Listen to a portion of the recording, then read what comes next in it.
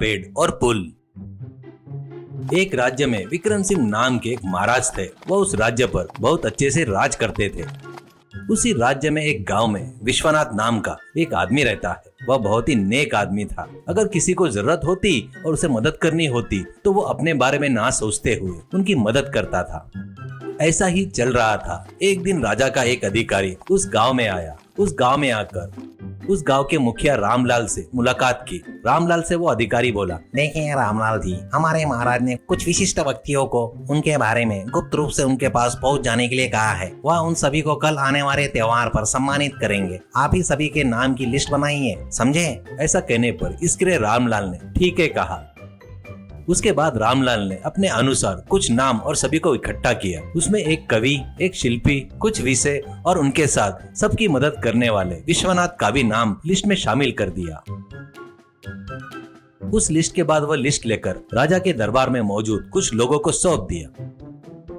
उसके बाद एक दिन गांव में आने के बाद रामलाल ने उन लोगों को बुलाया और कहा, आप सबको राजा के त्योहार के दिन आने के लिए कहा गया है, आपको जरूर जाना चाहिए। यह कहकर उसने सभी को बताया। इस पर सभी ने ठीक है कहा।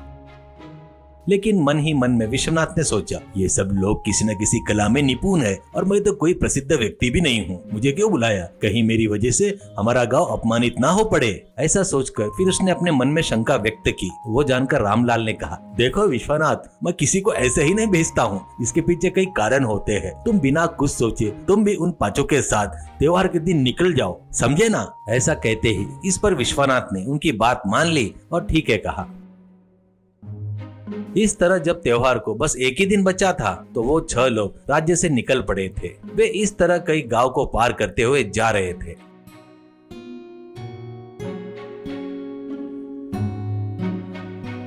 जब वे कुछ दूर गए तो उन्हें लगा कि अब राजधानी बस आने ही वाली है। तब उन्हें एक मार्ग दिखाई दिया। उस मार्ग पर एक कटा हुआ ताड़ का पेड़ था।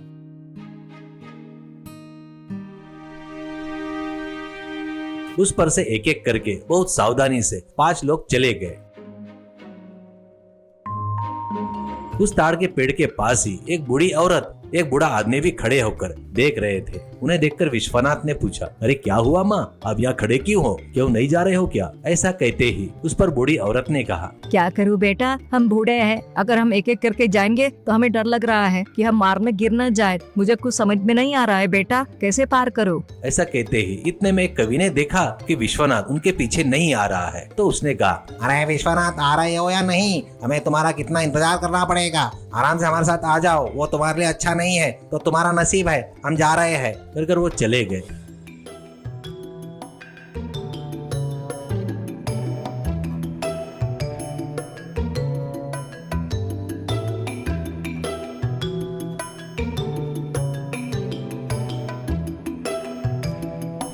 विश्वनाथ को उन बूढ़े लोगों को छोड़कर जाना ऐसा ठीक नहीं लगा था। कुछ देर उसने अच्छे से सोचा और ताड़ के पेड़ के पास आ गया। उसके बाद वह अकेला पास के जंगल में गया और कुछ लकड़ियां और कुछ जड़ें लेकर आया। उसने उन जड़ों को एक रस्से की तरह बांध दिया और ताड़ के तने को इस तरफ से उस तरफ 2 लकड़ियां गाड़कर उससे रस्सी को बांध दिया। अब विश्वनाथ ने उन बूढ़े लोगों से कहा, अरे माँ, दादाजी, अब आपको इनसे डरने की जरूरत नहीं है। वो देखिए, उस रस्सी को पकड़कर आराम से उस ताड़ के तने को बिना डरे पार कर सकते हो। मुझे पहले ही बहुत देरी हो चुकी है, मेरे दोस्त बहुत दूर चले गए होंगे, मुझे क्षमा कीजिए। ऐसा कहा।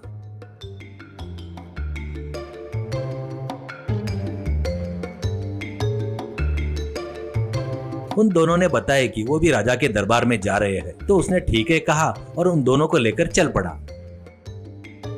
कभी कभी जो बूढ़ा आदमी चल नहीं पाता तो उन दोनों को बारी बारी से अपने कंधे पर बिठाकर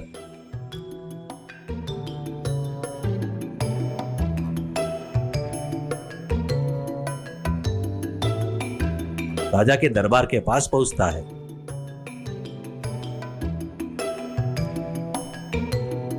अब जब वो उन बूढ़े लोगों को लेकर आया तो उनके गांव के बाकी लोग भी उस दरवाजे पर खड़े थे। अब सभी ने बहुत देर से आए विश्वनाथ को देखकर बहुत गुस्सा किए। विश्वनाथ को देखकर उनमें से एक ने कहा, अरे विश्वनाथ, देखा क्या तूने? हमको 6 लोग आना था, 5 ही आए हैं कहकर उन्होंने हमें यहाँ दरवाजे पर रोक दिया। उन बूढ़े लोगों के कारण ऐसा हुआ। तुमने राजा की सारी इज्जत डुबा दी। चीची, ऐसे आदमी को लाने के लिए हमारे गाँव की प्रतिष्ठा सब मिट्टी में मिल जाएगी। ऐसा कहा। उसके लिए विश्वनाथ ने उनसे क्षमा मांगी। इसके बाद 6 लोग आए, इसलिए उन्हें अंदर भेज दिया गया। उन्हें देखकर मंत्री ने पूछा, देरी क्यों हुई? इस पर वहां आए उन बूढ़े लोगों ने बताया कि रास्ते में आते समय ताड़ के तने और उससे जुड़ी क्या क्या घटनाएं हुई, वो विश्वनाथ ने उनकी कैसे मदद की, यह सब बताया। यह सुनकर मंत्री ने बाकी 5 से कहा, अरे लोगों, इसे बनाने में सिर्फ विश्वनाथ को 3-4 घंटे लगे। अगर आप सब मदद करते तो आधे घंटे में हो जाता था। आपको इतनी देर बाहर खड़ा रहने की जरूरत नहीं पड़ती थी। चलो, जो होना था तो हो गया। ऐसा कहकर उन्हें दावत के लिए ले गया। उसके बाद उन सभी के लिए राजा ने भोजन का आयोजन किया। उस भोजन के आयोजन के बाद सभी की प्रतिभा के अनुसार राजा के दरबार की तरफ से परीक्षाएं रखी गई। उनमें से कुछ सफल हुए, कुछ असफल रहे।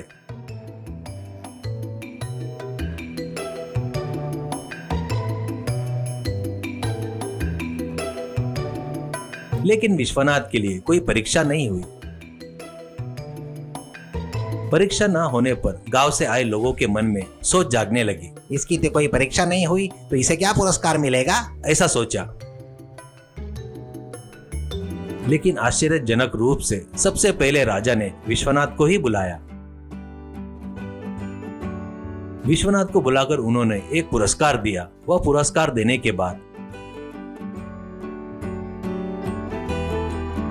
मंत्री ने सभी से कहा, ये इनका इनाम है। इनका ही नाम विश्वनाथ है। बहुत अच्छे आदमी है, परोपकारी है। अगर अपने पास वाला आदमी मुश्किल में होता तो वह बर्दाश्त नहीं कर पाते। हमने इनकी परीक्षा क्यों नहीं ली? क्योंकि यहाँ आने के रास्ते में ही इनकी परीक्षा हो गई। बिना किसी प्रतिफल की उम्मीद किए, खुद का नुकसान करके भी अपने साथी बूढ़े लोगों की मदद की। इतना ही नहीं, उन्होंने जो पुल बनाया उसकी वजह से बहुत से लोग उस रास्ते से जाते हैं। तो उस गाँव का राजा हो या राज्य, बहुत अच्छा रहेगा। ऐसा उसने कहा।